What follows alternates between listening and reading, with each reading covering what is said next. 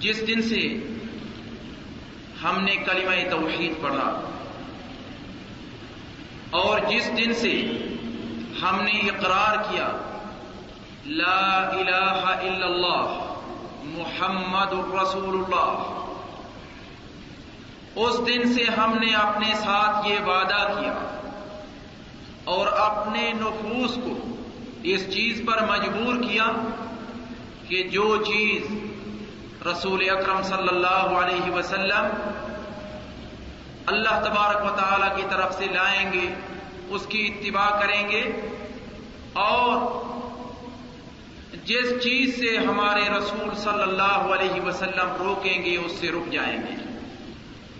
حقیقت یہ ہے جس موضوع کو آج میں نے لیا ہے یہ واقعی اتنا خطرناک اور اتنا سنگین نتائج لاتا ہے کہ جس سے انسان یا تو فاسق بن جاتا ہے اور کبھی کبھی خارج از دائرہ اسلام ہو جاتا ہے۔ بدعت کو سمجھنے کے لیے اس کے مختلف پہلو پہ غور کرنا ضروری ہے۔ سب سے پہلی چیز، بدعت کہتے کسے ہیں؟ بدعت کیا مفہوم اپنے اندر رکھتی ہے؟ بدعت کا معنی کیا ہے؟ اس میں کوئی شک نہیں کہ کچھ افراد ہمارے تجاوز کر کے ہر چیز کو ہی بدعت کے خانے میں ٹھونس دیتے ہیں جبکہ وہ بدعت نہیں ہوتی، اور کچھ افراد ایسے ہیں کہ بدعت کو بھی بدعت کے خانے سے نکال کے اسے عین اسلام قرار دیتے ہیں۔ دونوں ہی پہلو اور دونوں ہی افراد کے لوگ صحیح راستے پہ نہیں ہیں۔ سب سے پہلی چیز ہمیں بدعت کا مفہوم سمجھنا ہے۔ بدعت کس چیز کو کہتے ہیں؟ کیونکہ یہ عربی زبان کا لفظ ہے، لہذا اس کا مفہوم سمجھنے کے لیے ہمیں عربی زبان کی طرف ہی لوٹنا ہوگا۔ یہ لفظ بدع کے فعل سے لیا ہوا ہے، بے دال عین، اور اس فعل کے اساسی معنی ہوتے ہیں کسی چیز کا نیا رخ اختیار کرنا۔ کوئی چیز جب اپنی لائن سے ہٹ کر کوئی دوسری لائن اختیار کرے تو عرب اسے کہتے ہیں بدع۔ اسی ضمن میں کہتے ہیں ابدعت الناقہ یا بدعت الناقہ، اونٹنی جب اپنی چال جس پہ وہ چل رہی تھی اس سے ہٹ کر کوئی دوسری چال چلنے لگے، گویا کہ وہ آہستہ چل رہی تھی تو دوڑنے لگے، اور اگر وہ دوڑ رہی تھی تو دوڑ سے روک کے وہ آہستہ چلنے لگے، یا وہ چلنے سے عاجز ہو جائے، تو اس حالت میں عرب کہتے ہیں بدعت الناقہ و ابدعت۔ اور اسی معنی کو لیتے ہوئے قرآن مجید نے اسی لفظ کو استعمال کیا ہے رسول اکرم صلی اللہ علیہ وسلم کی شان میں، ما كنت بدعا من الرسل، آپ رسول اکرم صلی اللہ علیہ وسلم کوئی نرالی چیز نہیں ہے، کوئی نئی چیز نہیں ہے انبیاء اور پیغمبروں کی صف میں۔ پیغمبروں کا بھیجنا اللہ تعالی کا معمول ہے، اور اس انسانی مخلوق کو راہ راست پہ لانے کے لیے انبیاء کا بھیجنا اللہ تعالیٰ نے اپنے ذمہ لیا ہوا ہے، کیونکہ اللہ تبارک و تعالیٰ کسی مخلوق کو بغیر اس کے گناہ کیے اس کو کبھی عذاب نہیں دیتا، اور جب تک اسے گناہ سے بچنے کے لیے پورا انذار اور سارے راستے اس کے سامنے نہ لیے جائیں اور نہ لائے جائیں کہ بھائی یہ آپ نے نہیں کرنا، اس وقت تک انسانی عقل بھی کسی کو عذاب دینے کے لیے یا اس کو مواخذہ کرنے کے لیے اجازت نہیں دیتی۔ مثال کے طور پہ میں اگر آپ کو کہوں کہ بھائی اگر آپ نے یہ کام کیا تو آپ کے اوپر اتنا جرمانہ ہوگا، تو یقیناً مجھے چاہیے کہ جتنے راستے اس کام تک پہنچاتے ہیں اس غلط کار تک اور اس غلط راستے تک میں سارے آپ کو سامنے بیان کر کے رکھ دوں، تبھی آپ بچ سکیں گے۔ لیکن اگر راستے میں چھپا کے رکھوں اور پھر کہوں کہ بھائی اس سے بچنا، عقل اس چیز کی اجازت نہیں دے گی۔ تو بدعت کا لفظی معنی ہو گیا کوئی نئی چیز ایجاد کرنا جو پہلے موجود نہ ہو۔ اب آتے ہیں بدعت کے شرعی معنی میں۔ شریعت نے کس چیز کو بدعت کہا ہے؟ شریعت میں بدعت اس چیز کو کہتے ہیں یا اس کام کو کہتے ہیں جس کو آپ بنقطہ عبادت کریں اور اس کی اجازت شرع اسلام میں نہ ہو۔ کوئی کام بطور عبادت کریں اور اس کا وجود اور اس کی اجازت ہمیں رسول اکرم صلی اللہ علیہ وسلم اور قرآن مجید میں نہ ملتی ہو۔ مثال کے طور پہ ہم سبھی جانتے ہیں کہ مغرب کی نماز کی 3 رکعتیں ہیں جو فرض ہیں۔ کوئی فرد کہتا ہے کہ نہیں بھی میں نے عبادت ہی کرنی ہے تو 3 کی بجائے میں 4 ادا کرتا ہوں، 4 زیادہ ہے۔ تو اس نے اب اضافہ کیا اور جس چال پہ وہ چل رہا تھا 3 والی اس سے چھوڑ کے اب اس نے ایک اور چال اختیار کی یا ایک اور راستہ اختیار کیا، جبکہ دوسرا راستہ پہلے سے زیادہ کٹن ہے اور پہلے سے زیادہ سنگین ہے اور پہلے سے زیادہ جہد اور مشقت طلب ہے۔ کیا اس چیز کو شریعت قبول کرتی ہے؟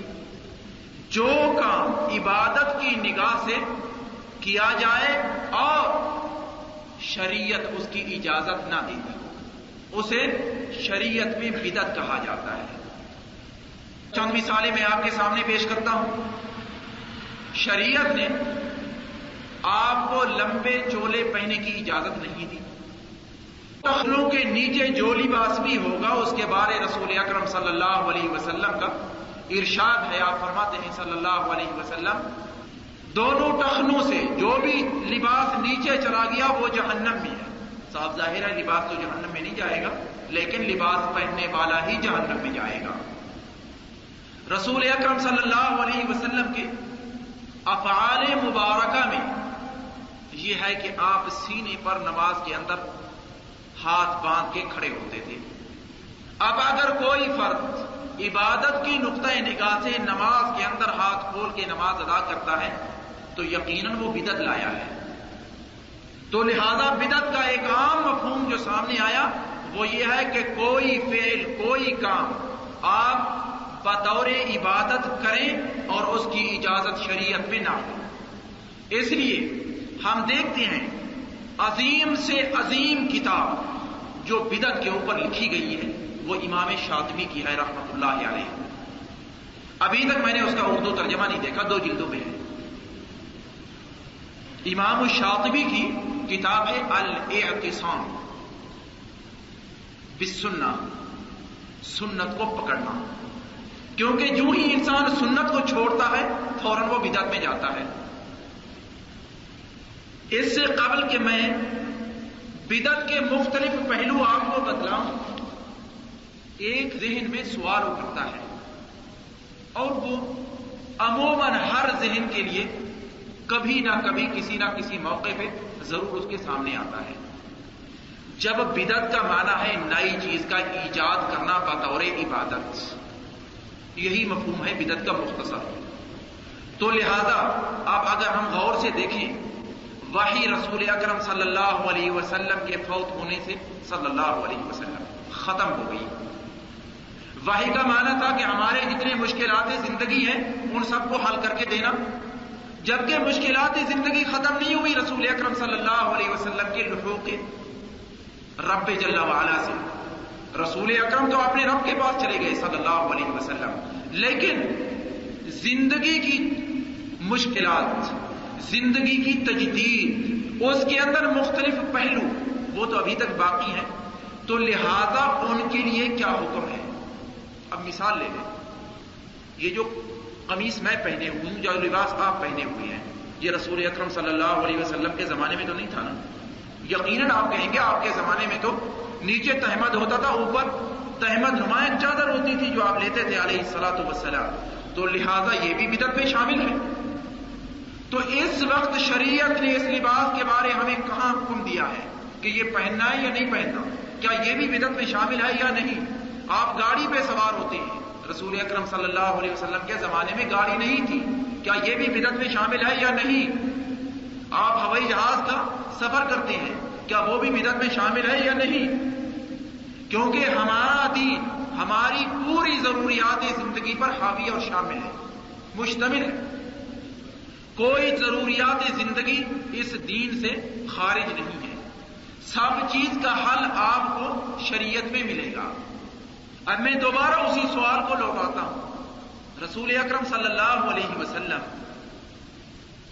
آپ تو اللہ کو پیارے ہو گئے اور فوت ہو گئے علیہ الصلوۃ والسلام، اس زندگی سے آپ چل دیے، آپ کی دوسری زندگی ہے، اس کا ہر انسان معترف ہے، اور کوئی مسلمان بغیر اس اعتراف کے مسلمان نہیں رہتا جب تک اعتراف نہ کرے کہ اس زندگی کے بعد ایک اور زندگی بھی ہے، اور دوسری زندگی کے بعد تیسری زندگی بھی ہے، اور وہ دائمی اور ابدی زندگی ہے۔ رسول اکرم صلی اللہ علیہ وسلم اللہ کو پیارے ہو گئے، اور احداث زندگی اور مشکلات زندگی ابھی تک باقی ہیں، تو ہمیں ان مشکلات کے حل کرنے کے لیے شریعت نے کون سا دروازہ دیا ہے؟ بدعت کا دروازہ تو بند ہے، ہم نے کوئی چیز اپنی طرف سے نہیں کرنی، تو لہذا ہم کیسے اپنے یہ مشکلات نمٹائیں گے؟ اس کے لیے یاد رکھیے شریعت نے ایک بہت بڑا دروازہ کھول دیا ہے۔ دین اسلام سے قبل جتنی بھی شریعتیں آئیں، اللہ تعالیٰ کے آخری دین سے قبل جتنی بھی شریعت اور جتنے بھی احکامات انبیاء پر اترے وہ جزوی ہوتے تھے، گویا کہ اس امت کے لیے ہوتے تھے۔ اس کے بعد والی امت اور اس نبی سے بعد میں آنے والا نبی اگر اس کے اوپر اس حکم کا اقرار اترتا کہ اس کو باقی رکھیں تو باقی رہتا، ورنہ منسوخ ہو جاتا۔ لیکن اس امت پہ وہ جزوی احکام نہیں اترے بلکہ کلی احکام اترے ہیں۔ کل اور جز میں فرق یہ ہے، کل اور جز میں مثال کے طور پہ جز یہ ہے کہ یہ ثوب پہننا، کل اس کا یہ ہے کہ لباس مسلمان کا کیسا ہونا چاہیے۔ جز یہ ہے کہ آپ کا جوتا اور آپ کے جوتے اس شکل کے ہونے چاہیے۔ کل یہ ہے کہ جوتا ایسا ہو جو پیر کی حفاظت کرے، یہ کل ہے، وہ جز ہے۔ جز یہ ہے کہ آپ اپنی حفاظت کے لیے بندوق رکھیں مثال کے طور پہ، کل یہ ہے کہ آپ اپنی حفاظت کے لیے جتنے انتظامات ہو سکتے ہیں وہ پورے کریں۔ یہ فرق ہے کل اور جز میں۔ رسول اکرم صلی اللہ علیہ وسلم کی شریعت سے پہلے جتنی بھی شریعتیں اتری ان میں عموماً احکامات جزوی ہوتے تھے۔ رسول اکرم صلی اللہ علیہ وسلم پہ جو شریعت اتری ہے اس کے احکامات اور اس میں احکامات کلی ہیں، جزوی نہیں ہیں۔ گویا کہ جزئیات جتنی آپ کے زمانے میں موجود تھی یا جو مختلف زمانوں میں آنے والی ہیں ان سب کے لیے قاعدہ کلیہ موجود ہے، ان سب کو اٹھا کے ان کے اندر اندراج کر دیں، اگر یہ چیز اس کے اندر داخل ہو جائے تو یہ چیز جائز ہے۔ اب میں ایک مثال سے آپ کے سامنے اس قاعدے کی توضیح بھی کر دیتا ہوں۔ لباس کا اسلامی اصول کیا ہے؟ اس سے پہلے جبکہ میں اس کے اوپر پورا ایک درس بھی دے چکا ہوں۔ اسلامی لباس کے لیے یہ نہیں ہے کہ آپ شلوار قمیص میں ہوں، یا عرب کے لباس میں ثوب اور اوپر رومال اور اس کے درمیان ٹوپی اور نیچے بنیان اور نیچے سلوار، یہ پورا ہونا چاہیے، یہ کوئی شرط نہیں ہے، بلکہ اسلام نے کچھ شروط رکھی ہیں لباس کے لیے، اسلامی لباس کے لیے۔ وہ شروط جس لباس میں پائی جائیں گی وہ لباس اسلامی کہلائے گا، چاہے وہ ایک ٹکڑے کا بنا ہوا ہو یا 2 سے ہو یا 4 سے ہو یا 6 سے ہو۔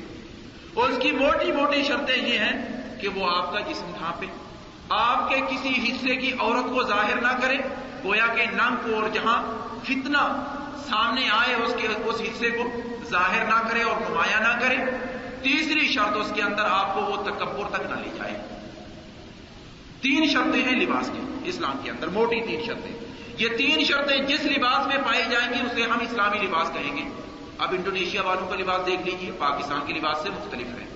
آپ پاکستان اور ہندوستان کے لباس کو دیکھ لیں، وہ انڈونیشیا کے لباس سے مختلف ہے۔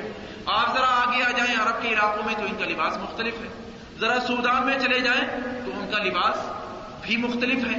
ان کا لباس تو یوں ہے کہ جو بھی ان کا قمیص ہے لمبا ضرور ہے، اس کے آگے بھی ایک جیب ہے اور پیچھے بھی ایک جیب ہے، چاہے تو اسے آگے سے پہن لے اور چاہے تو پیچھے سے استعمال کر لے۔ دونوں سائڈیں اس کی استعمال ہوتی ہیں. اسلام نے جو اٹل اصول دیا ہے، میں لوٹتا ہوں اسی قاعدے کی طرف. اسلام کے اصول وہ کلی ہیں، جبکہ رسول اکرم صلی اللہ علیہ وسلم سے جتنے شرائع پہلے آئی ہیں، شریعتیں پہلے آئی ہیں، ان سب کے اندر اصول کلی کم اور جزوی زیادہ.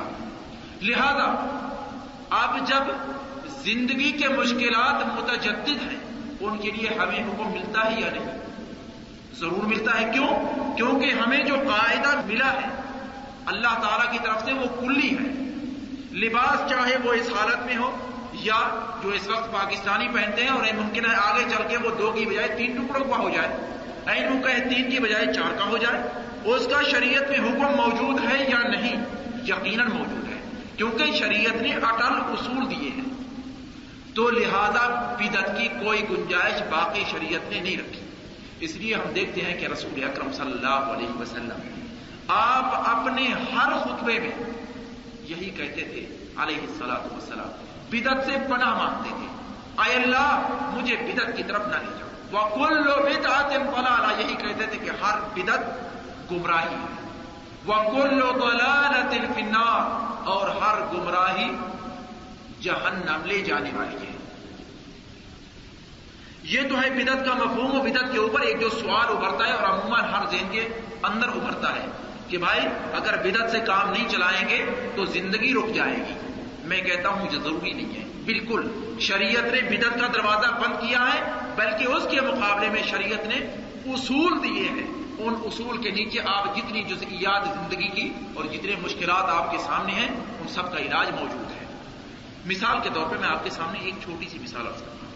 دیکھیے آج کے زمانے میں بیمہ ہے، ٹھیک ہے، اس کی مختلف شکلیں ہیں. کبھی زندگی کا بیمہ ہوتا ہے، کبھی کار کا ہوتا ہے، کبھی بڑی گاڑی کا ہوتا ہے، کبھی کسی عمارت کا ہوتا ہے، کبھی کس کا ہوتا ہے. بیمہ رسول اکرم صلی اللہ علیہ وسلم کے زمانے میں بیمے کا تصور نہیں تھا، بلکہ خلفائے راشدین کی زندگی میں بیمے کا تصور نہیں تھا. نیچے اترتے ہیں، آج سے تقریباً 150 سال تک بیمے کا کوئی تصور نہیں تھا، لیکن آج بیمہ موجود ہے. کیا بیمہ جائز ہے یا نہیں؟ سوال یہ اٹھتا ہے. شریعت تو ایسی ہے ہماری کہ اس کے اندر پورے جتنے بھی احکامات آ گئے ہیں یا آنے والے ہیں ان سب کا حل موجود ہے. تو لہذا بیمہ جائز ہے یا نہیں؟ میں یقین سے کہتا ہوں کہ بیمے کی چند شقیں اور چند اس کے نمونے اور چند اس کی اقسام وہ قطعاً ناجائز ہیں اور شریعت کبھی ان کی اجازت نہیں دیتی. مثال کے طور پہ بیمہ زندگی ہے. زندگی وہ آپ کی اپنی نہیں ہے، وہ اللہ تعالیٰ کا دین اور عطیہ ہے. آپ کون سے ہیں کہ آپ اس کے اوپر بیمہ کرائیں اور اس کی ضمانت لیں؟ بیمہ کے معنی ضمانت کے ہیں. آپ اپنی زندگی کی ضمانت لیتے ہیں. آپ کو اپنی ایک پل کی ضمانت نہیں ہے. یہاں بیٹھے ہوئے ہیں، ممکن ہے جو سانس نیچے گیا ہے وہ اوپر ہی نہ آئے. کون سی ضمانت دے سکتے ہیں؟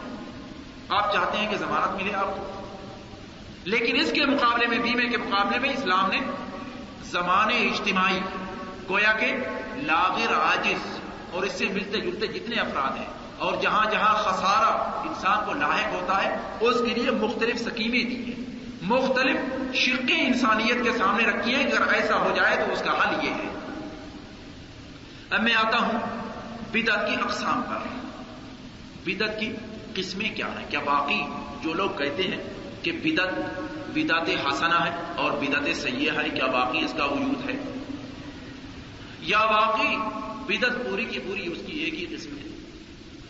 میں کہتا ہوں کہ جب بدعت کا معنی عبادت کے مفہوم میں لیا جائے گا اور عبادت اللہ تعالیٰ کے لیے ہوتی ہے تو اس میں حسنہ اور سیئہ کا کوئی تصور نہیں ہے، وہ ہمیشہ ہی سیئہ ہوتی ہے. اور حضرت عمر رضی اللہ تعالی عنہ سے جو قول منقول ہے اور عموماً جو لوگ بدعت کرتے ہیں وہ کہتے ہیں بھیا دیکھیے حضرت عمر نے بھی تو کہا ہے رضی اللہ تعالی عنہ، نعم البدعۃ هذه، بہت اچھی بدعت ہے یہ. کون سی؟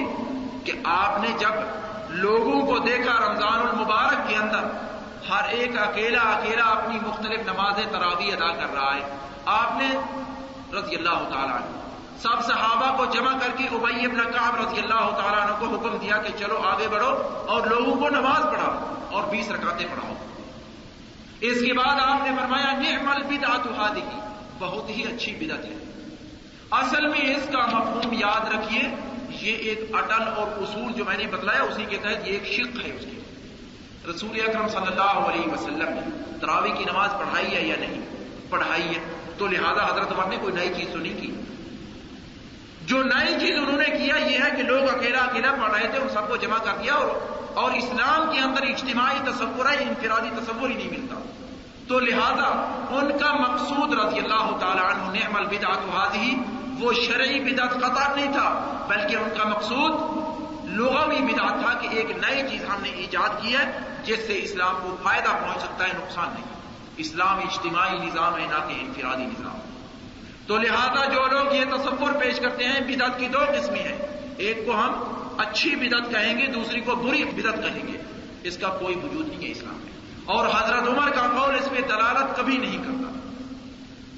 اس کے بعد بدعت کی اور تقسیم بھی ہے، بدعہ مفسقہ اور بدعہ مکفرہ. یاد رکھیے شریعت دو چیزوں کا نام ہے، دین اسلام دو چیزوں کا نام ہے. ایک کو ہم عقیدہ کہتے ہیں، ایک کو ہم شریعت کہتے ہیں یا احکام عملی کہتے ہیں. اللہ تعالیٰ کی وحدانیت کی گواہی دینا، اس کا تعلق کہاں سے ہے؟ عقیدے سے ہے. کیونکہ ذہن کے اندر یہ چیز آئے گی، دل سے گواہی دیں گے، زبان سے تلفظ کریں گے، پھر اسی تلفظ اور تصدیق کے مطابق جب عمل کر کے دکھائیں گے تو یہ شریعت میں داخل ہوگا. آپ نماز پڑھتے ہیں، نماز عمل ہے، عمل کو شریعت کا نام دیا جاتا ہے. لہذا دین اسلام دو شقوں سے مرکب ہے، ایک شق کا نام عقیدہ اور دوسری شق کا نام شریعت. شریعت ان چیزوں کو کہا جاتا ہے جس کے اندر عمل کا دخل ہو. جو چیز آپ کر کے آپ اپنی آنکھ سے، ہاتھ سے یا فکر سے آگے کوئی چیز وجود میں آئے، نماز ہے، روزہ ہے، زکوٰۃ ہے، حج ہے، یہ سارے اعمال ہیں، یہ شریعت کے اندر داخل ہے. ایمان باللہ ہے، ایمان بالرسول ہے علیہ الصلاۃ والسلام، ایمان بالملائکہ ہے، فرشتوں پہ ایمان لانا، قرآن مجید سے پہلی جتنی کتابیں گزری ہیں ان پہ ایمان لانا، قیامت کے دن پہ ایمان لانا اور قضاء اور قدر پہ ایمان لانا، یہ ساری کی ساری عقیدے سے تعلق رکھتی ہیں، یہ ساری شکلیں. تو لہذا اب میں پلٹتا ہوں کہ بدعت کی اقسام بتلانے کے بعد وہ یہ ہے جو بدعت عقیدے میں شامل ہوگی، جو بدعت عقیدے میں شامل ہوگی وہ یاد رکھیے یا تو آپ کو فسق تک لے جائے گی اور یا آپ کو کفر تک لے جائے گی. کم از کم اس کا نتیجہ فسق ہے، اور فاسق کی اسلام میں شہادت قبول نہیں ہے، وہ گواہی اس کی کوئی انسان قبول نہیں کر سکتا. معتقدات کے اندر اور عقیدے کے اندر جو بدعت اپناتا ہے، مثال کے طور پہ وہ کہتا ہے کہ جی اللہ تعالیٰ کا تصور ایسا ہے، مثال کے طور پہ اللہ تعالیٰ نے اپنے بارے کہا ید اللہ فوق ایدیہم، اللہ تعالیٰ کا ہاتھ ان کے ہاتھوں پر ہے یا تھا.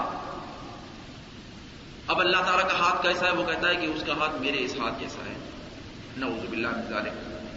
یہ اعتقاد کے اندر وہ بدعت لایا ہے. یہ بدعت اگر وہ زبانی کہہ رہا ہے اور دل سے کوئی مطمئن نہیں ہے تو یقیناً یہ فسق تک اسے لے جائے گی. اگر دل سے مطمئن ہے کہ واقعی اللہ تعالیٰ کا ہاتھ میرے اس ہاتھ جیسا ہے اور اس ہاتھ کے اندر جتنی قدرت موجود ہے، جتنی طاقت موجود ہے، اتنا ہی اللہ تعالیٰ کے ہاتھ میں ہے، تو یقیناً یہ کافر ہے. کیونکہ اللہ تعالیٰ کے ہاتھ میں تو وہ چیز ہے جو آپ پوری دنیا کے اندر دیکھ رہے ہیں. جتنی نقل و حرکت ہو رہی ہے یہ اس کے ارادے سے ہو رہی ہے، اس کے اشارے سے ہو رہی ہے. اب جب میں کہوں کہ اللہ تعالیٰ کا ہاتھ میرے ہاتھ جیسا ہے نعوذ باللہ، تو یقیناً یہ چیز کفر تک لے جاتی ہے. یہ بدعت ہے عقیدے کے اندر. میں کہوں کہ رسول اکرم صلی اللہ علیہ وسلم اعتقاد کے لحاظ سے وہ جتنے لوگ عربی زبان بولتے ہیں ان کے لیے پیغمبر ہیں، جو لوگ عربی نہیں بولتے ان کے لیے پیغمبر بن کر نہیں آئے. لہذا ہم اردو بولنے والے ہیں تو وہ ہمارے لیے پیغمبر بن کر نہیں آئے. اور یہ تصور بعض افراد کے ہاں پایا جاتا ہے، جی پایا جاتا ہے.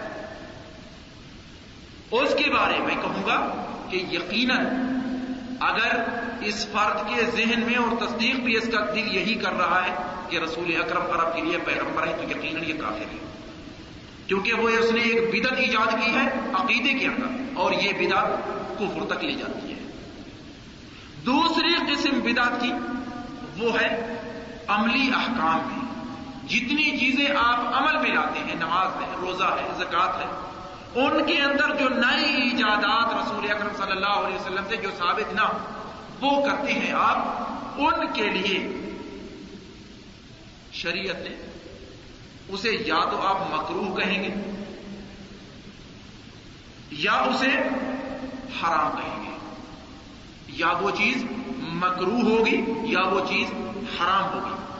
جو فرد عشاء کی نماز 4 کی بجائے 5 پڑھتا ہے، اس نے عملی احکام میں بدعت کا ایجاد کیا ہے، اس نے ایک حرام چیز کا ارتکاب کیا ہے۔ نماز کے اندر کچھ افراد ہم دیکھتے ہیں، نماز یوں ہی اس نے نیت باندھی، سینے پہ ہاتھ رکھے، سینے پہ ہاتھ رکھتے اس نے اپنی آنکھیں بند کر لی۔ یہ چیز بعض افراد میں پائی جاتی ہے، بلکہ وہ کہتے ہیں کہ بھئی مجھے لطف ہی اسی میں آتا ہے۔ میں کہتا ہوں کہ رسول اکرم صلی اللہ علیہ وسلم سے یہ چیز ثابت نہیں ہے، یہ بدعت ہے، اور یہ بدعت مکروہات میں شامل ہے، محرمات میں نہیں۔ مکروہ اور محرم میں فرق یہ ہے، محرم کے اوپر آپ کو عذاب ملے گا، اور مکروہ کے اوپر اس کو گناہ تو ضرور ہے وہ، لیکن اس کا گناہ اور اس کی عقوبت اتنی نہیں ہے جتنی حرام کی ہے۔ تو لہذا بدعت کی یہ دوسری تقسیم ہے، کبھی بدعت عقیدے کے اندر ہوتی ہے تو وہ فسق اور کفر تک لے جاتی ہے، اور کبھی بدعت عملی احکامات میں ہوتی ہے، وہ یا محرم ہوتی ہے اور یا مکروہ ہوتی ہے۔ اب میں اس سے آگے چلتا ہوں، بدعت کے اندر خطر کیا ہے، اس کے اندر کون سی چیز مضمر ہے جو اتنی خطرناک ہے کہ شریعت نے اس کے بارے اتنے موٹے موٹے اصول، اور ہر بار رسول اکرم کہتے تھے کہ وَكُلُّ بِدْعَةٍ ضَلَالَةٌ، کیوں کہتے تھے؟ کیا واقعی یہ اتنی خطرناک چیز ہے؟ یہ کوئی ایٹمی بم ہے؟ یا مسلمان کے لیے یہ اس سے بھی بڑھ کر کوئی چیز ہے؟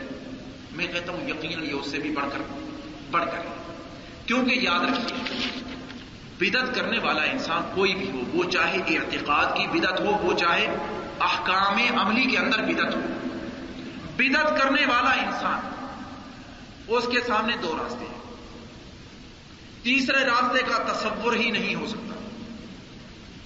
بدعت اس نے ایجاد کیوں کی؟ کہ دین کے اندر یہ پہلو پایا نہیں جاتا، تو لہذا میں نے بدعت ایجاد کر کے اس پہلو کو مکمل کیا ہے، اس لیے وہ کرتا ہے نا، بغیر اس تصور کے اور کوئی تصور نہیں ہوتا۔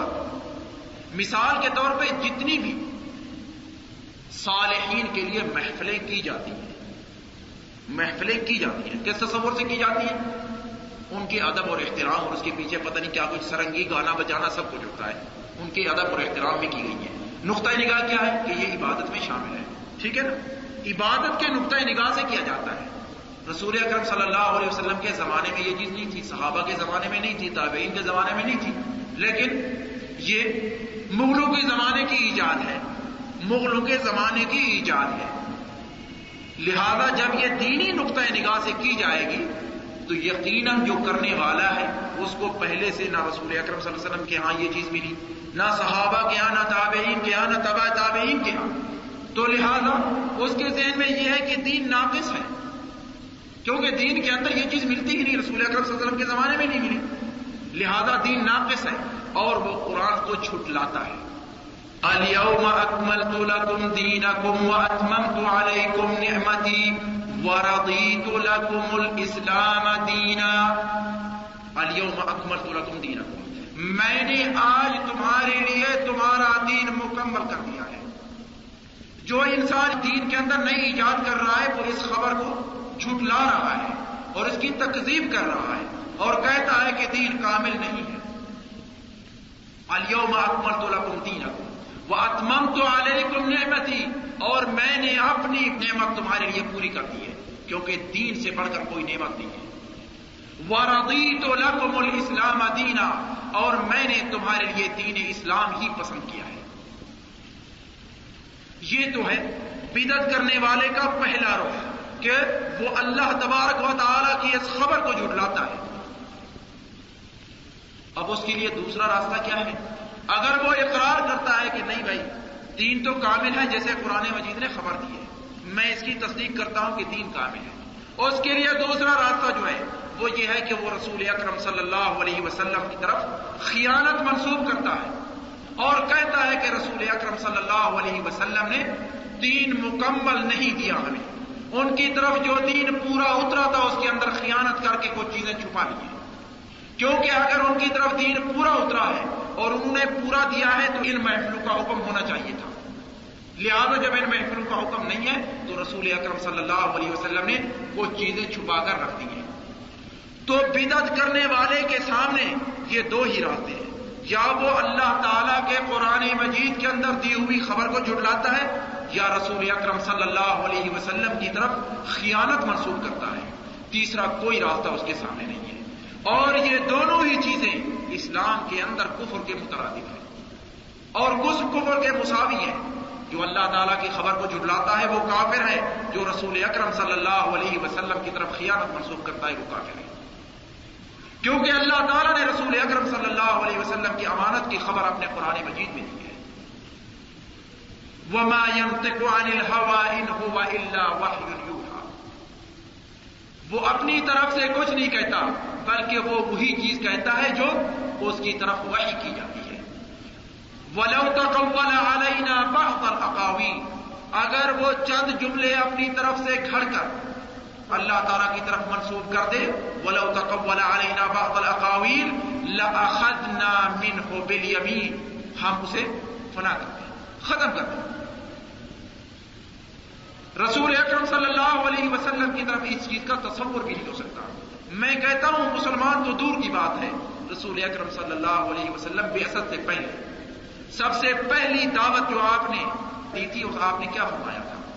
آپ نے فرمایا تھا علیہ الصلاۃ والسلام، لوگوں کو جمع کرنے کے بعد آپ نے سب لوگ آپ کے سامنے ہیں، آپ نے فرمایا ارائیتم لو اخبرتکم ان خیلا بالوادی ترید ان تغیر علیکم وکنتم مصدقین، اگر میں آپ لوگوں کو خبر دے دوں کہ اس پیچھے والی وادی میں اور پیچھے والے اس پہاڑ کے پیچھے کچھ دشمن گھوڑے سوار آپ کے لیے موجود ہیں، کیا تم میری اس خبر کی تصدیق کرو گے؟ سب نے بیک زبان یہ جواب دیا تھا ما جربنا علیک کذبا، ہم نے کبھی آپ کی زبان مبارک سے جھوٹ نہیں سنا. گویا کہ اگر آپ نے یہ خبر دی تو اس میں بھی آپ سچے ہوں گے، کیونکہ آپ کی زبان مبارک سے کبھی بغیر سچ کے کچھ نہیں نکلا، ہمیشہ سچ ہی سچ نکلا ہے. تو لہذا بدعت کرنے والا اور اس کا اقدام کرنے والا اور اس پہ عمل کرنے والا انسان، کیونکہ یا تو وہ اللہ تعالیٰ کے قرآن کو جھٹلاتا ہے اور یا وہ رسول اکرم صلی اللہ علیہ وسلم کی امانت کے اندر خیانت منسوب کرتا ہے. اب اس سے ذرا میں آگے چلتا ہوں. شریعت کے اندر وہ امر اور وہ فعل جو بدعت سے ایجاد ہوا، کیا شریعت اسے قبول کرتی ہے یا نہیں؟ اس کے بارے شریعت کا کیا حکم ہے اور مسلمان کے لیے اس کے بارے کیا حکم ہے؟ رسول اکرم صلی اللہ علیہ وسلم کا فرمان ہے، آپ فرماتے ہیں صلی اللہ علیہ وسلم من احدث فی امرنا ھذا ما لیس منہ فہو رد، جس نے کوئی چیز ہمارے اس دین کے اندر ایجاد کی اور اس کا ہمارے ہاں سے کوئی وجود نہیں ہے وہ مردود ہے، وہ اس کے منہ پہ ماری جائے گی، اسے مسلمان کو کبھی قبول نہیں کرنا چاہیے. دوسری حدیث میں آتا ہے، یہ بخاری اور مسلم کی روایت ہے، دوسری حدیث میں آتا ہے آپ فرماتے ہیں صلی اللہ علیہ وسلم من عمل عملا لیس علیہ امرنا فہو رد، جس نے کوئی عمل کیا کوئی فعل بجا لایا اور اس کے اوپر ہمارا فرمان نہیں ہے، وہ فعل اور وہ قول اور وہ عمل مردود ہے، وہ کبھی مقبول نہیں ہے عند اللہ. اور اسی وجہ سے ہم دیکھتے ہیں رسول اکرم صلی اللہ علیہ وسلم آپ اپنے ہر خطبے میں یہی تلفظ فرماتے تھے اور یہی کہتے تھے اور اسی بدعت کی طرف اشارہ کرتے تھے، کل بدعت ضلالہ وکل ضلالۃ فی النار. بدعت ایک گمراہی ہے، بدعت گمراہی ہے اور گمراہی ہمیشہ جہنم میں دھکیل دینے والی ہے. اور دوسرے خطبے میں آپ یوں فرمایا کرتے تھے علیہ الصلاۃ والسلام، آپ فرماتے تھے اما بعد فإن خیر الحدیث کتاب اللہ، خیر الحدیث سب سے اچھی گفتگو اور سب سے اچھا کلام وہ اللہ تعالیٰ کی کتاب ہے۔ اما بعد فإن خیر الحدیث کتاب اللہ وخیر الہدی ہدی محمد، اور بہترین سے بہترین ہدایت کا راستہ وہ محمد علیہ الصلاۃ والسلام کا دیا ہوا راستہ ہے۔ وشر الامور محدثاتها، اور شر سے شر احکام وہ ہے جو انسان اپنی طرف سے گھڑ کے اللہ تعالیٰ کے دین میں شامل کر دے۔ شر الامور محدثاتها وکل بدعۃ ضلالہ، اور ہر بدعت گمراہی اور ضلالت ہے۔ اس حدیث کو بھی امام مسلم رحمۃ اللہ علیہ نے اپنی صحیح کے اندر روایت فرمایا ہے۔ اس کے بعد میں چلتا ہوں، یہ تو تھا کہ اس حکم کی طرف اشارہ جو بطور بدعت کیا جائے۔ بدعت کے اندر بہت ساری چیزیں ہیں، مسلمان پتہ نہیں کتنی کتنی چیزیں اس نے گھڑ لی ہیں، بلکہ ہر پہلو کے اندر کوئی نہ کوئی بدعت پائی جاتی ہے۔ مثال کے طور پہ نماز کو لے لیجئے، اس کے اندر کیا بدعت کا وجود ہے؟ آپ دیکھیں گے کچھ افراد تسبیح لے کے ہاتھ میں آتے ہیں، ٹھیک ہے نا، تسبیح ان کے ہاتھ میں ہوتی ہے۔ میں کہتا ہوں تسبیح کا وجود کہاں سے آیا؟ کیا رسول اکرم صلی اللہ علیہ وسلم کے ہاتھ میں ان جیسے دانے ہوتے تھے؟ یقین سے آپ سب کہیں گے کہ اس کا وجود نہیں تھا، بلکہ تسبیح کے اندر تو بدعت یہاں تک پہنچی ہے، آپ کو بازار کے اندر 25,000 ریال کی تسبیح ملے گی، اور اسی تسبیح کے پیچھے اب تو شیطان بھی تسبیح کرنے لگ گئے ہیں۔ یہاں بازاروں کے اندر دیکھیں گے کہ وہ افراد جو گمراہ ہیں، گمراہ، ان کے ہاتھ میں بھی تسبیح ہے، اور دو دو دانے اکٹھے جپتے ہیں۔ ایک طرف سے وہ باتیں کر رہا ہے، دوسری طرف تسبیح چل رہی ہے۔ اب پتہ نہیں وہ تسبیح کون سی ہے، اللہ ہی بہتر جانتا ہے۔ رسول اکرم صلی اللہ علیہ وسلم ایک بار داخل ہوئے حضرت عائشہ کی، آپ نے فرمایا انگلی کے جتنے یہ حصے تقسیم کیے ہوئے ان کے اوپر تسبیح کیا کرو، کیونکہ قیامت کے دن یہ حصے آپ کی گواہی دیں گے، تسبیح گواہی نہیں دے گی۔ یاد رکھیے قرآن مجید کے الفاظ ہیں کہ آپ کا ہر حصہ اور آپ کا ہر عضو جسم کا قیامت کے دن گواہی پیش کرے گا۔ آپ کی زبان آپ کے حق میں نہیں، آپ کے خلاف بولے گی۔ آپ کی آنکھ آپ کے حق میں نہیں، آپ کے خلاف بولے گی۔ جو کچھ آپ نے گناہ چھپا کے رکھے ہوئے ہیں، قیامت کے دن یہی اعضاء آپ کے اوپر گواہ بن کے سامنے آئیں گے۔ تو پیارے بھائی، یہ تو نماز کے اندر ہے۔ اس سے ذرا آگے چلیں، روزے کے اندر کیا بدعت ہے؟ کچھ لوگ رمضان المبارک سے 1-2 دن پہلے روزہ رکھ لیتے ہیں، اور 1-2 دن عید والا دن اور اس کے بعد والا روزہ رکھ لیتے ہیں۔ کیوں بھائی؟ کہ لگی یار شک ہوتا ہے کہیں رمضان المبارک پہلے ہی داخل نہ ہو گیا ہو، اور ادھر شک ہوتا ہے ابھی تک ختم ہی نہ ہوا ہو، تو لہذا یہ بھی بدعت میں شامل ہے۔ اسی سے آگے بڑھیں، جہاں بھی جائیں گے آپ کو کچھ نہ کچھ بدعت کا ضرور ملے گا۔ مسلمان کی اس وقت تقریباً گھٹی کے اندر بدعت ہی پڑ رہی ہے، بغیر بدعت کے اور کوئی کام اس کے تصور میں نہیں آتا۔ جب تک ملاوٹ نہ کرے دین کے احکام کے اندر، وہ کہتا ہے کہ یہ دین ابھی تک مکمل نہیں ہے۔ میں آپ کو صحابۃ الرسول صلی اللہ علیہ وسلم کا ایک تصور آپ کے سامنے پیش کرتا ہوں، وہ بھی بدعت کا ایک جزوی تصور تھا۔ 3 صحابہ رسول اکرم صلی اللہ علیہ وسلم کی زوجہ مطہرہ ام المؤمنین حضرت عائشہ کے پاس آتے ہیں، اور حضرت عائشہ ام المؤمنین سے دریافت کرتے ہیں رسول اکرم صلی اللہ علیہ وسلم کی عبادت کے بارے میں۔ آپ نے رسول اکرم صلی اللہ علیہ وسلم کی عبادت بتلائی۔ جب ان 3 صحابہ نے یہ سارے احکامات سنے اور رسول اکرم صلی اللہ علیہ وسلم کی زندگی کے پہلو سامنے آئے، تو حدیث پاک میں آتا ہے فَكَأَنَّمَا تَقَالَّوْهَا، انہوں نے اس جیسی عبادت کو بہت ہی کم سمجھا اور کہنے لگے کہ وہ تو رسول ہیں، ان کے تو جتنے پچھلے اور آگے آنے والے اور موجودہ گناہ سبھی معاف ہو چکے ہیں، لیکن ہمارے گناہ تو باقی ہیں، ہمیں تو عبادت کے اندر منہمک ہو جانا چاہیے اور رات دن عبادت ہی عبادت کرنی چاہیے۔ ان میں ایک نے کہا میں پوری زندگی روزے رکھوں گا، کبھی افطار نہیں کروں گا۔ روزہ رکھنا اس سے بڑھ کر کیا عبادت ہو سکتی ہے؟ دوسرے نے کہا میں کبھی شادی نہیں کروں گا کیونکہ شادی کے اندر جھنجھٹ ہے، بچے ہیں، بیوی ہیں، ان سب کے لیے پھر ان کے رزق کی تلاش۔ تیسرے نے کہا کہ میں تو گوشت نہیں کھاؤں گا، گوشت سے پرہیز رکھوں گا۔ گویا کہ گوشت کا مطلب اس کے ہاں یہ تھا کہ جتنی نعمت اور نعومت میں لے جانے والی چیزیں ان سے پرہیزگاری کروں گا۔ ان تینوں کا کلام رسول اکرم صلی اللہ علیہ وسلم تک پہنچا۔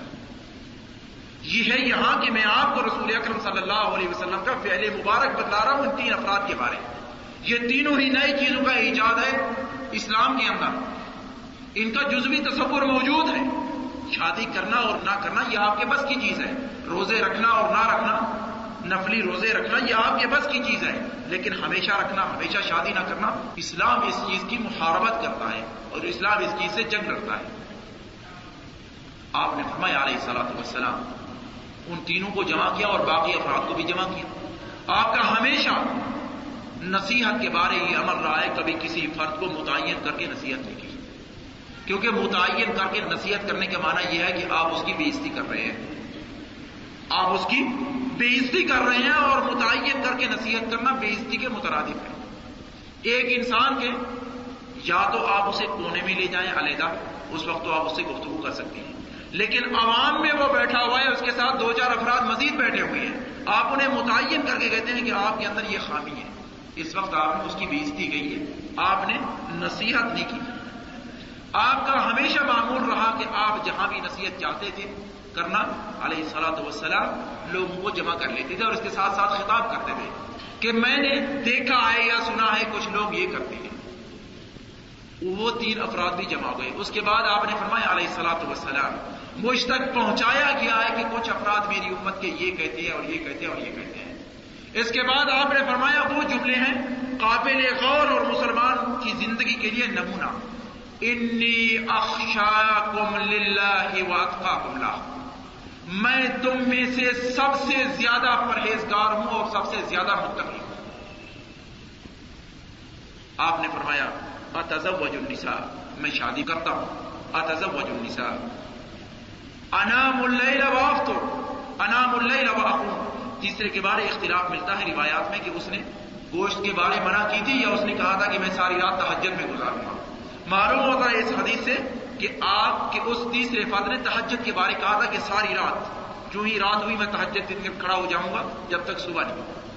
آپ نے فرمایا اقوم و انام، میں تہجد کے لیے کھڑا بھی ہوتا ہوں اور سو بھی جاتا ہوں۔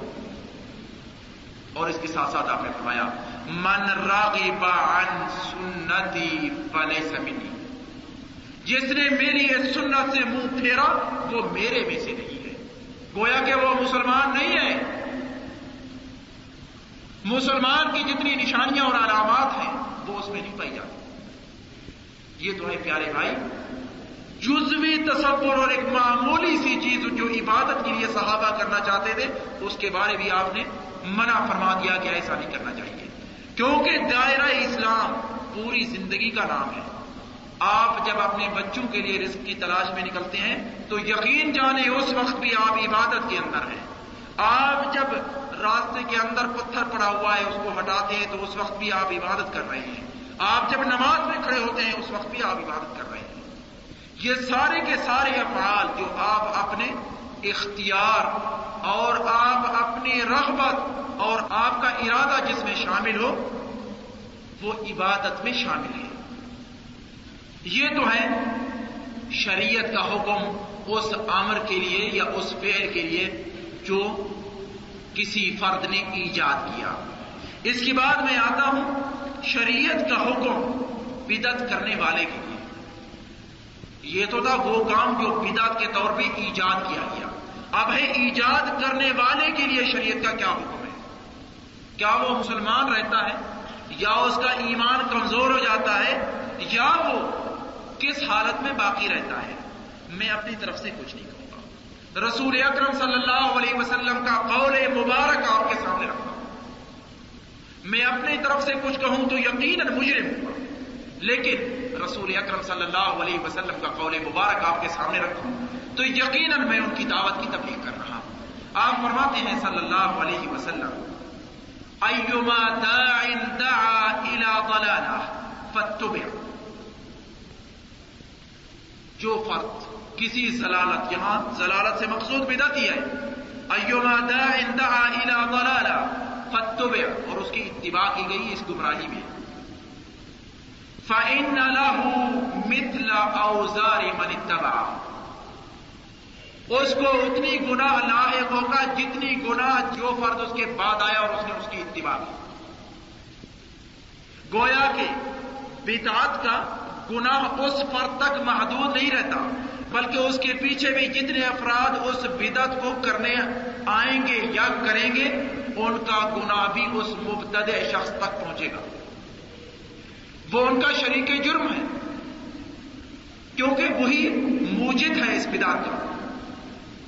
ایما داع دعا الی ضلالہ فاتبع فإن له مثل اوزار من اتبع ولا ينقص من اوزارهم شیئا، اور وہ جو اس کے پیچھے آنے والے اور اس کے متبع تھے ان کے گناہوں میں کوئی کمی نہیں ہوگی، بلکہ ان کے لیے اپنے گناہ اور انہی جیسے گناہ اس مبتدع شخص کے لیے جس نے بدعت ایجاد کی۔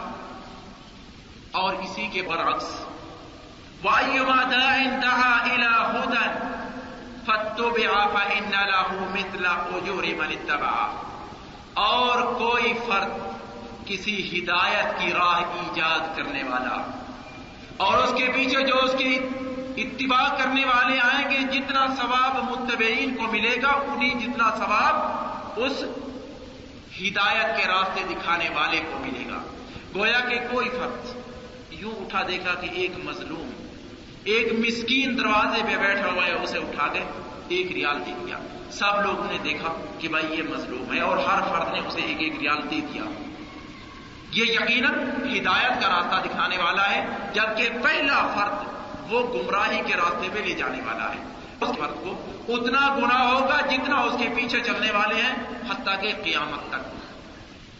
وَلَا يَنقُصُ مِنْ أُجُورِهِمْ شَيْئًا، اور پیچھے اس کے جتنے بھی وہ نیکی کا کام کرنے والے آئیں گے ان کے حسنات سے کچھ نہیں لیا جائے گا، بلکہ انہی جتنا حسنات اس فرد کو دیے جائیں گے جس فرد نے یہ ہدایت کا راستہ اختیار کیا۔ شریعت کا حکم اس کے فرد کے بارے جو بدعت کرنے والے کا ساتھ دیتا ہے اور اس کے ساتھ معاملات کرتا ہے۔ ایک فرد نے بدعت ایجاد کی، آخر اس کے ساتھ کچھ معاون بھی تو ہوں گے، مددگار بھی ہوں گے، اس کے بارے شریعت کا کیا حکم ہے؟ یہ معاونین اور مساعدین، ان کے بارے شریعت کا کیا حکم ہے؟ ان کے بارے میں اپنی طرف سے کچھ نہیں کہوں گا، بلکہ رسول اکرم صلی اللہ علیہ وسلم کا قول آپ کے سامنے پیش کرتا ہوں۔ آپ فرماتے ہیں صلی اللہ علیہ وسلم، اور یہ روایت بخاری شریف کے اندر ہے، حضرت انس بن مالک رضی اللہ تعالیٰ عنہ روایت فرماتے ہیں، آپ فرماتے ہیں صلی اللہ علیہ وسلم، پوچھا گیا احرم رسول اللہ صلی اللہ علیہ وسلم المدینہ، کیا رسول اکرم صلی اللہ علیہ وسلم نے مدینہ منورہ کی حرمت فرمائی ہے؟ حرمت کا مفہوم ہے شریعت کے اندر، آپ جانتے ہیں کہ مکہ مکرمہ ارض حرام ہے۔ ارض حرام کا معنی ہوتا ہے کہ اس کے اندر نہ آپ شکار کر سکتے ہیں، نہ اس زمین سے کوئی گھاس پھوس اتار سکتے ہیں، اس کے اندر کوئی چیز آپ نہیں کر سکتے۔ اگر کوئی وہاں شکار بیٹھا ہوا ہے اور تھکا ہوا ہے تو آپ اسے اٹھا کر بھگا نہیں سکتے تاکہ باہر جا کر آپ شکار کریں۔ گویا کہ ہر چیز کو وہاں امن ہے، وہ امانت کی جگہ ہے اور وہ امان کی جگہ ہے۔ کیا مدینہ منورہ کو بھی رسول اکرم صلی اللہ علیہ وسلم نے مکے کا حکم دیا ہے؟ یہ سوال کیا گیا حضرت انس بن مالک سے رضی اللہ تعالیٰ عنہ۔ قال نعم، آپ نے فرمایا کہ ہاں، مدینہ منورہ کی حیثیت مکہ معظمہ کی حیثیت ہے، دونوں کے احکامات ایک جیسے ہیں۔ ما بین کذا الی کذا، آپ نے فرمایا کہ اس پہاڑ سے اس پہاڑ تک، اور اس کی نشاندہی دوسری احادیث میں کر دی گئی ہے۔ جبل احد سے لے کر مسجد قباء کے پیچھے والا پہاڑ اور حرہ شرقیہ اور حرہ غربیہ والے 2 پہاڑ وہ آج بھی موجود ہے مدینہ منورہ کے اندر، جو پر دیکھنا چاہے آج بھی اسے نظر آتے ہیں۔ یہ مدینہ منورہ کی حرمت کا احاطہ ہے اور یہ حرمت کی جگہ ہے مدینہ منورہ کی۔ اس کے پیچھے جو آپ شکار بھی کر سکتے ہیں اور جتنے احکامات ارض حرام سے متعلق ہیں وہ سارے آپ اپنے اوپر لاگو کر سکتے ہیں۔ لا یقطع شجرها، وہاں کوئی درخت نہیں کاٹا جائے گا۔ من احدث فیہا حدثا، جس فرد نے کسی بدعت کا ایجاد کیا اس زمین میں، فعلیہ لعنت اللہ، فعلیہ لعنت اللہ، اس کے اوپر اللہ تعالیٰ کی لعنت ہے اور اللہ تعالیٰ کی لعنت ہے۔ ہم ایک دوسرے کے لیے لعنت کا لفظ بڑی آسانی سے استعمال کر لیتے ہیں، جبکہ لعنت کا تصور جو اسلام نے دیا ہے، یقین جانے اس سے بڑھ کر کوئی طاقتور لفظ نہیں ہے جو ڈرانے کے لیے استعمال کیا گیا۔ لعنت کے معنی اللہ تعالیٰ کی رحمت سے دوری کا مستحق ہونا۔ جو اللہ تعالیٰ کی رحمت سے دور ہوا اس کا ٹھکانہ کیا ہے؟ جہنم۔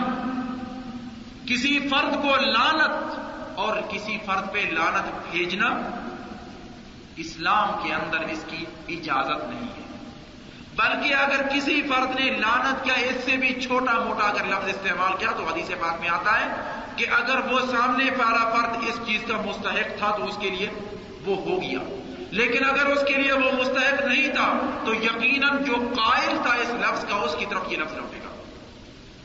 آپ جس فرد کو لعین کہہ رہے ہیں یا لعنت کا خطاب دے رہے ہیں، اگر وہ لعنت کا مستحق نہیں ہے تو یقیناً میں کہتا ہوں کہ وہ لعنت آپ کی طرف لوٹے گی، کیونکہ رسول اکرم صلی اللہ علیہ وسلم نے اس چیز کی خبر دی اور رسول اکرم صلی اللہ علیہ وسلم کی خبر ہمیشہ سچی رہی اور رہے گی اور ہوتی ہے علیہ الصلوۃ والسلام۔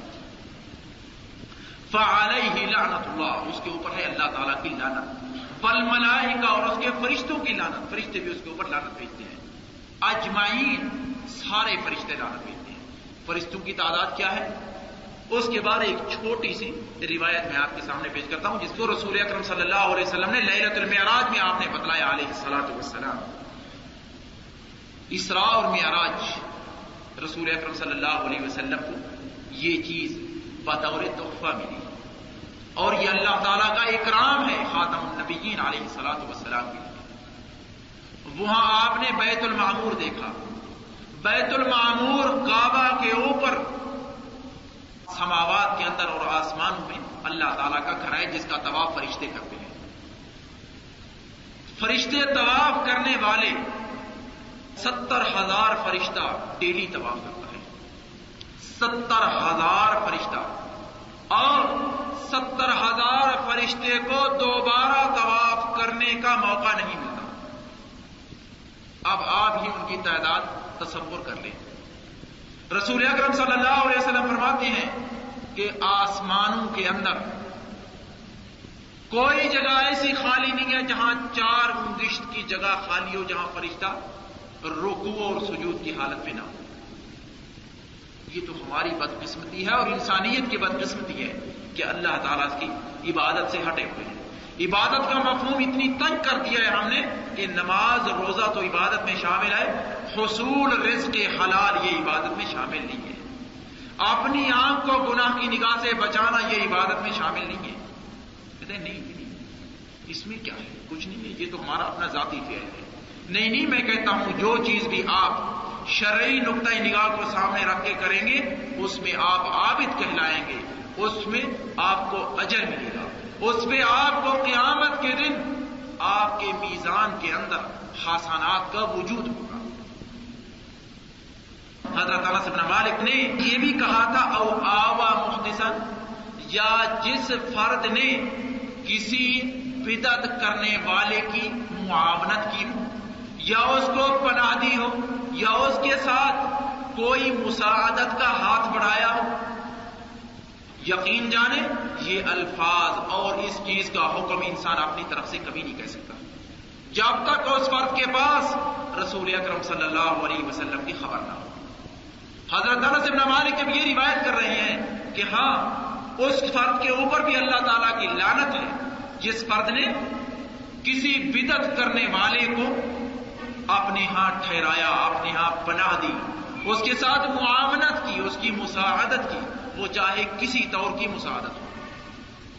یہ سارے کے سارے افعال اس چیز کے اندر شامل ہیں کہ وہ بدعت کرنے والا اور بدعت کو یا مبتدع کی مساعدت کرنے والا دونوں ہی ایک جیسے ہیں تقریباً شریعت کے اندر۔ آخری نقطہ بدعت کے موضوع پہ میں آپ کے سامنے جو پیش کرتا ہوں وہ یہ ہے کہ بدعت کی روک تھام کیسے کی جائے، کیسے کرنی چاہیے یا کیسے ہوتی ہے۔ بدعت جب اتنی سنگین چیز ہے کہ دائرہ اسلام سے خارج کر دیتی ہے، یا یہ فسق تک پہنچاتی ہے، یا یہ مکروہ افعال کراتی ہے، یا محرم افعال تک لے جاتی ہے، جب اتنی سنگین چیز ہے تو اس کی روک تھام کے لیے شریعت نے کیا کیا ہے؟ پیارے بھائی، اس کی روک تھام کے لیے شریعت نے ایک اٹل اصول دیا ہے، وہ ہے رسول اکرم صلی اللہ علیہ وسلم کی سنت کو پھیلانا۔ جتنی سنت کو آپ پھیلائیں گے اتنی بدعت کے راستے میں رکاوٹیں ڈالیں گے، جتنی سنت سے جی چرائیں گے، سنت کی طرف نہیں آئیں گے، اتنا ہی آپ بدعت کی طرف زیادہ قریب ہوں گے۔ مبتدع انسان، آپ یقین سے، میں بھی کہتا ہوں اور آپ بھی کہیں گے، مبتدع انسان کون ہوتا ہے؟ جو سنت کے نزدیک ہو یا بدعت کے نزدیک ہو، یقیناً وہ سنت سے دور ہوتا ہے اور بدعت کے نزدیک ہوتا ہے۔ اس لیے ہمارے علماء رحمۃ اللہ علیہ انہوں نے ہمیشہ یہ کہا ہے کہ اگر بدعت کی روک تھام کرنی ہے تو رسول اکرم صلی اللہ علیہ وسلم کی سنت کو زیادہ سے زیادہ پھیلاؤ، اور ہر کام میں جہاں سنت کا حکم ملا ہے اسے آگے بڑھاؤ، اور انشاءاللہ اللہ تعالیٰ نے اگر زندگی دی، آئندہ ہفتے میں اسی سنت کی ذمہ داری اور تبلیغ دین کے اوپر آئندہ ہمارا درس ہے۔ وآخر دعوانا الحمد للہ۔